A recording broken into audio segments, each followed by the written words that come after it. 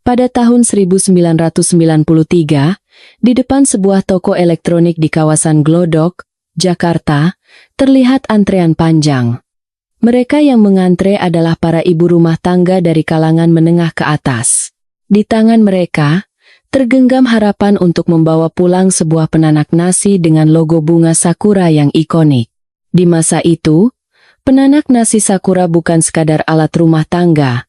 Ia adalah simbol kemajuan, simbol teknologi dari negara maju. Lompat ke tahun 2026. Sekarang, buka kategori penanak nasi di Amazon Jepang. Dunia seakan telah berbalik 180 derajat. Di peringkat pertama penjualan penanak nasi premium terlaris, logo bunga sakura itu tidak ada lagi. Sebagai gantinya, Polytron dari Indonesia lah yang menduduki posisi puncak. Secara logika, Jepang seharusnya menjadi raja tak terkalahkan dalam dunia penanak nasi. Merekalah negara pertama di dunia yang menciptakan penanak nasi listrik. Mereka telah menghabiskan puluhan tahun meneliti cara untuk meniru rasa nasi dari kamado, tungku tradisional Jepang. Namun, pangsa pasar Polytron di segmen premium mencapai 44,44%. Sementara itu, pengiriman penanak nasi buatan Jepang justru anjlok 13% dalam 5 tahun terakhir. Yang lebih mengejutkan adalah harganya. Penanak nasi Polytron tidak lebih murah dari penanak nasi Sakura. Harganya setara, atau bahkan sedikit lebih mahal. Namun konsumen Jepang lebih memilih produk dari Indonesia daripada merek kebanggaan negeri mereka sendiri. Negara yang dulu produknya kita dambakan hingga rela mengantre, kini wilayahnya justru kita kuasai. Di tanah kelahiran penanak nasi, tahta sang raja telah berganti. Bagaimana ini bisa terjadi? Mengapa Sakura, sang legenda penanak nasi Jepang, bisa tersingkir bahkan di negerinya sendiri? Dalam tulisan ini, kita akan membahas 3 hal. Pertama, apa yang sebenarnya terjadi pada Sakura, sang kebanggaan Jepang? Kedua, bagaimana Polytron dari Indonesia bisa merebut tahta di tanah kelahiran penanak nasi?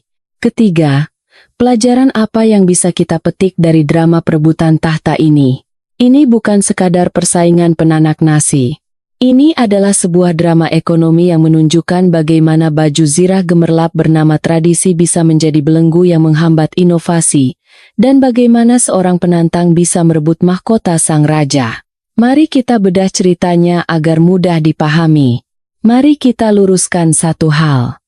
Ketika kita mengatakan Polytron menjadi nomor 1 di Jepang, itu tidak berarti Polytron telah menguasai seluruh pasar penanak nasi di sana.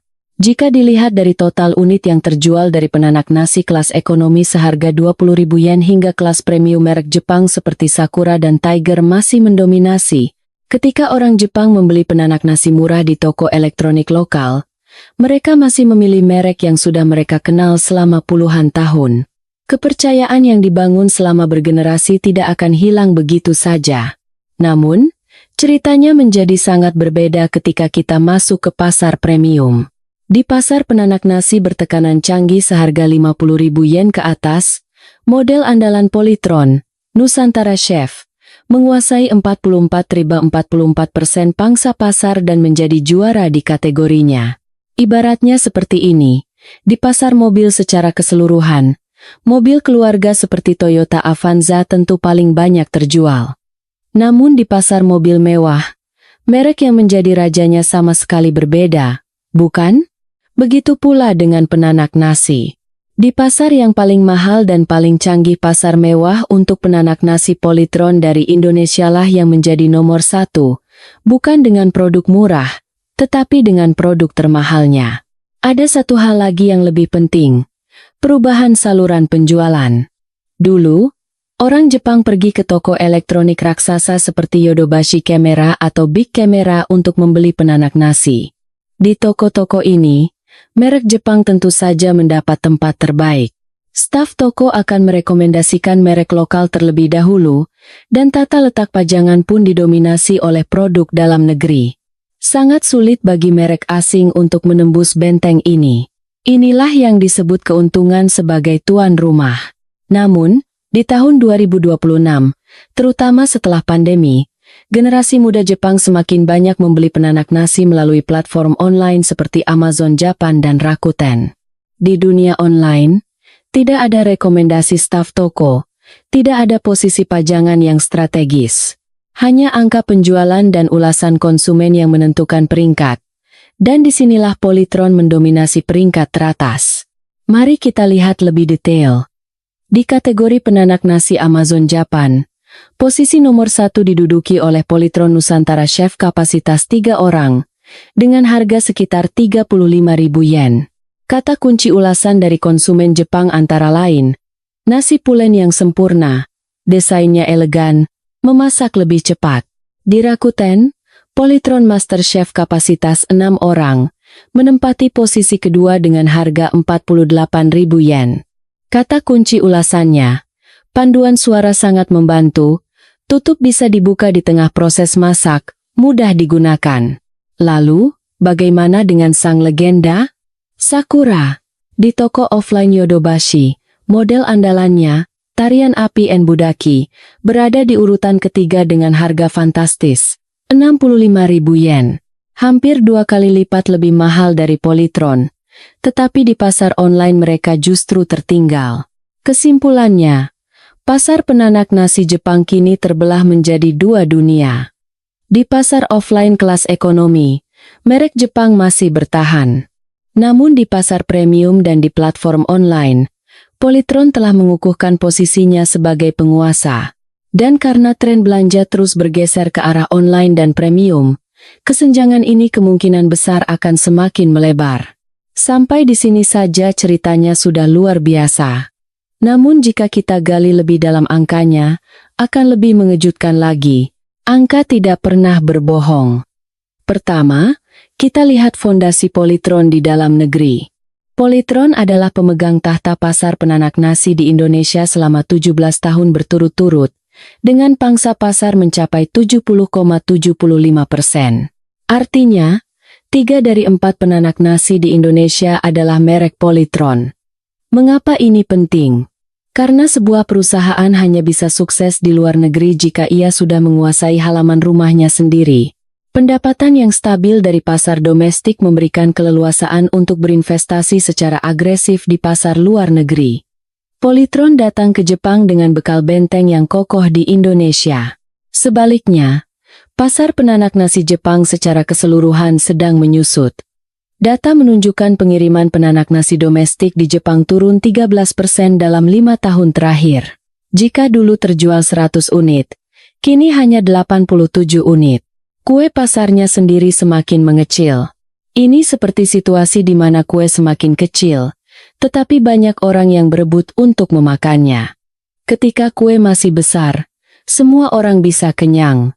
Tapi ketika kue menyusut, pasti ada yang kelaparan. Namun di tengah pasar yang menyusut ini, Polytron justru tumbuh. Fakta bahwa porsi Polytron semakin besar sementara total kue semakin kecil berarti porsi merek-merek Jepang terkikis dengan lebih cepat. Ada satu angka lagi yang patut diperhatikan. Konsumsi beras per kapita di Jepang. Pada tahun 2020, angkanya mencapai 50,8 kg per orang per tahun, turun hingga separuh dari masa jayanya. Jika dikonversi ke kehidupan sehari-hari, ini berarti rata-rata orang Jepang hanya makan sekitar 1,5 mangkuk nasi per hari. Orang-orang yang dulu makan nasi 3 kali sehari kini hanya makan nasi 1,5 kali. Sisanya digantikan oleh roti, mie, atau makanan siap saji dari konbini, minimarket. Fenomena ini sangat terasa di kalangan anak muda dan mereka yang tinggal sendiri. Ketika konsumsi nasi menurun, permintaan akan penanak nasi pun ikut anjlok. Ini adalah konsekuensi yang sangat logis. Dan ada peristiwa yang menjadi puncaknya. Panasonic, salah satu raksasa elektronik Jepang, secara efektif telah menyerah pada bisnis penanak nasi. Panasonic adalah perusahaan yang telah memproduksi penanak nasi di Jepang selama 60 tahun. Bayangkan, 3 generasi nenek, ibu, dan anak telah menggunakan produk mereka. Namun, perusahaan ini akhirnya memindahkan basis produksinya ke Tiongkok dan mengakhiri sejarah produksi penanak nasi di Jepang. Ketika perusahaan raksasa saja sudah melarikan diri, Anda bisa bayangkan betapa seriusnya sinyal ini. Jika semua angka ini kita gabungkan, sebuah gambaran utuh akan terlihat jelas. Pasar penanak nasi Jepang sedang runtuh dari dalam. Konsumsi beras anjlok, pengiriman unit menurun, dan raksasa elektronik mundur. 3 hal ini terjadi bersamaan, menciptakan sebuah kekosongan besar di pasar, dan kekosongan itulah yang diisi dengan presisi oleh Polytron. Lalu, mengapa semua ini terjadi? Mengapa Sakura tidak bisa mencegah krisis ini? Mari kita bedah 4 penyebabnya. Penyebab pertama, Sakura terjebak dalam bingkai rasa Kamado. Teknologi andalan Sakura adalah metode yang mereka sebut tarian api Enbudaki. Sederhananya begini, bayangkan seorang nenek di pedesaan Jepang memasak nasi menggunakan tungku kayu tradisional Kamado. Api dari kayu bakar akan menyala dan menari-nari. Panasnya yang tidak merata namun menyebar ke seluruh bagian panci justru membuat nasi matang dengan sempurna. Sakura menghabiskan puluhan tahun meneliti cara untuk meniru tarian api ini dengan teknologi listrik. Teknologinya sendiri sangat hebat. Masalahnya, Sakura terlalu lama dan terlalu dalam terobsesi pada teknologi ini. Ibaratnya, ada seorang pandai besi yang selama 40 tahun hanya mengasah satu pedang. Pedangnya memang menjadi yang paling tajam di dunia. Tapi sayangnya, dunia sudah beralih menggunakan senapan. Setajam apapun pedang, ia tidak akan bisa mengalahkan senapan. Konsumen tahun 2026 tidak hanya menginginkan mesin yang bisa memasak nasi dengan sempurna. Mereka ingin membuat yogurt, mengukus makanan, memasak nasi rendah gula. Mereka ingin bisa menambahkan bahan di tengah proses memasak, dan akan lebih baik jika penanak nasi bisa memberitahu saat nasi sudah matang melalui suara. Dapur konsumen telah berubah total, tetapi Sakura masih mempertaruhkan segalanya pada satu hal. Rasa nasi dari Kamado. Analogi yang lebih mudah. Ingat ponsel lipat zaman dulu? Kualitas panggilan suaranya sangat jernih dan baterainya bisa tahan seminggu. Lalu muncullah smartphone. Smartphone tidak hanya bisa menelepon, tapi juga mengambil foto, menjelajah internet, bermain game, melakukan pembayaran, dan menunjukkan jalan. Apakah kualitas telepon smartphone lebih baik dari ponsel lipat? Belum tentu. Bahkan bisa jadi lebih buruk. Tapi semua orang tetap memilih smartphone. Penanak nasi Sakura berada dalam situasi seperti ponsel lipat itu. Fungsinya untuk memasak nasi mungkin yang terbaik. Tetapi di era di mana konsumen mengharapkan 10 fungsi dari satu alat, menjadi yang terbaik hanya dalam satu fungsi saja tidak cukup untuk bertahan. Akibatnya, Sakura mulai mendiversifikasi bisnisnya ke produk lain seperti termos dan tumbler. Itu adalah pilihan untuk bertahan hidup, tetapi itu juga berarti fokus mereka sebagai master penanak nasi telah melemah. Baju zirah gemerlap bernama tradisi itu ternyata terlalu berat dan menahan langkah Sakura. Penyebab kedua, serangan dari dana aktivis. Namun, ada musuh yang lebih menakutkan dari stagnasi teknologi yang mengintai Sakura.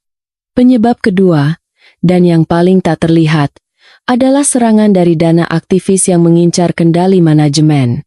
Sejak 2024 hingga 2026, Sakura terus-menerus diserang oleh Effissimo Capital Management, sebuah dana aktivis yang berbasis di Singapura. Apa itu dana aktivis? Bayangkan Anda memiliki sebuah toko roti kecil yang sukses. Karena bisnis berjalan lancar, Anda menyisihkan sebagian keuntungan di brankas untuk berjaga-jaga. Tiba-tiba, seorang investor datang, membeli sebagian besar saham toko roti Anda, lalu berkata, "Uang di brankasmu terlalu banyak. Bagikan uang itu padaku. Aku juga tidak suka cara kerjamu, jadi aku akan menempatkan orangku di jajaran manajemen. Jangan habiskan uang untuk riset menu baru, tapi tingkatkan dividen sekarang juga." Itulah yang dilakukan dana aktivis. Effissimo menuntut Sakura untuk mengubah gaya manajemen konservatifnya, membagikan cadangan kas sebagai dividen, dan mengganti direktur independen dengan orang pilihan mereka. Masalahnya, ketika pertarungan seperti ini terjadi, energi perusahaan akan terkuras. Waktu, uang, Dan fokus yang seharusnya digunakan untuk mengembangkan teknologi penanak nasi baru, kini habis untuk mempertahankan kendali manajemen. Perusahaan harus membayar biaya konsultan hukum, menghadapi rapat umum pemegang saham, dan mengelola media. Ibaratnya, Anda sedang berperang melawan musuh di depan, tetapi dari belakang ada yang terus menarik celana Anda. Musuh di depan adalah Polytron, dan yang menarik celana Anda dari belakang adalah dana aktivis. Tentu, tekanan dari Evisimo juga membawa perubahan positif. Sakura untuk pertama kalinya dalam 32 tahun membagikan dividen interim, dan harga sahamnya melonjak hampir 4 kali lipat. Ini kabar baik bagi pemegang saham. Namun, dari sudut pandang daya saing di pasar, ini adalah cerita yang berbeda. Di saat Sakura seharusnya mengejar ketertinggalan teknologi dari Polytron, mereka justru tersandera oleh pertarungan internal. Penyebab ketiga, perubahan fundamental konsumen Jepang. Sakura menghadapi masalah ganda, inovasi mandek di dalam dan guncangan dari investor di luar. Namun ada masalah yang lebih fundamental. Tanah tempat mereka berpijak sedang amblas. Konsumsi beras per kapita di Jepang anjlok. Ini bukan sekadar berarti orang Jepang mengurangi makan nasi. Ini berarti budaya kuliner mereka sedang berubah. Perubahan pada generasi muda sangat menentukan. Mereka sarapan dengan roti panggang, makan siang dengan bento atau ramen dari minimarket, dan mungkin baru memasak nasi sesekali di malam hari. Dengan meningkatnya jumlah rumah tangga dengan satu orang, memasak nasi setiap hari untuk diri sendiri menjadi hal yang merepotkan. Buat apa repot-repot memasak jika bisa membeli nasi hangat seharga 200 yen di minimarket? Ini berdampak langsung pada pasar penanak nasi. Siklus penggantian produk menjadi lebih lama. Penanak nasi yang dulu diganti setiap 5 tahun, kini mungkin baru diganti setelah 8 atau 10 tahun. Permintaan untuk penanak nasi berukuran besar juga anjlok, digantikan oleh penanak nasi mini untuk 1 atau 2 orang. Ini adalah pukulan telak, karena produk berukuran besarlah yang memberikan margin keuntungan tinggi bagi perusahaan. Ditambah lagi dengan perubahan kebiasaan berbelanja. Dulu, toko elektronik raksasa adalah kandang bagi merek Jepang. Tapi di Amazon dan Rakuten, aturannya berbeda. Di medan pertempuran yang adil ini, di mana hanya kualitas dan ulasan yang berbicara, Polytron berhasil naik ke puncak. Penyebab keempat, dan paling krusial, keunggulan teknologi Polytron. Inilah inti dari cerita ini. Senjata terkuat Polytron adalah teknologi yang mereka sebut duo pressure. Apa itu? Anda pasti tahu bahwa memasak dengan tekanan tinggi akan menghasilkan nasi yang pulen dan lengket, seperti yang disukai orang Indonesia. Ini sempurna untuk nasi biasa atau nasi uduk. Namun, orang Jepang juga menyukai nasi yang lebih perabutirannya terpisah, seperti untuk sushi atau donburi nasi mangkuk. Untuk mendapatkan nasi seperti itu, tekanan harus rendah. Masalahnya, penanak nasi konvensional hanya bisa melakukan salah satu. Teknologi duo pressure dari Polytron memecahkan masalah ini. Dengan mode tekanan tinggi, high pressure, ia bisa menghasilkan nasi yang pulen dan lembut. Dengan mode tanpa tekanan, no pressure, ia bisa menghasilkan nasi pera yang setiap butirnya terasa sempurna. Satu alat untuk dua jenis nasi yang sangat berbeda. Ibaratnya, penanak nasi lama adalah sepeda dengan satu gigi, sedangkan Polytron Duo Pressure adalah sepeda dengan persneling yang bisa diubah-ubah sesuai medan.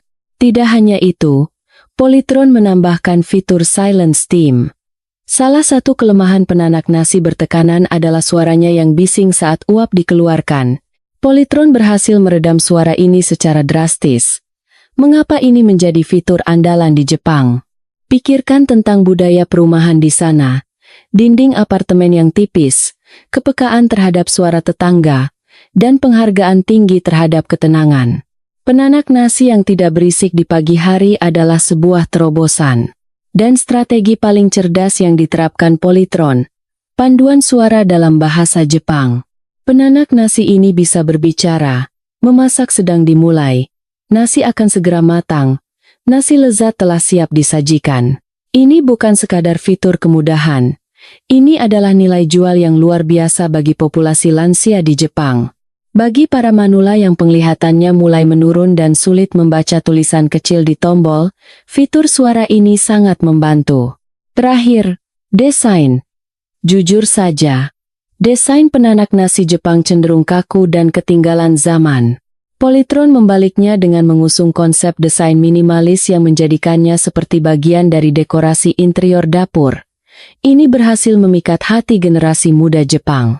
Singkatnya, Polytron tidak menang hanya karena satu teknologi. Mereka menggabungkan 1. Teknologi superior, 2. Fitur senyap, 3. Kemudahan penggunaan suara, dan 4. Desain yang indah. Sementara ksatria berbaju zirah berat mengandalkan satu pedang pusaka, Polytron datang dengan baju zirah nano yang ringan, dilengkapi berbagai senjata canggih.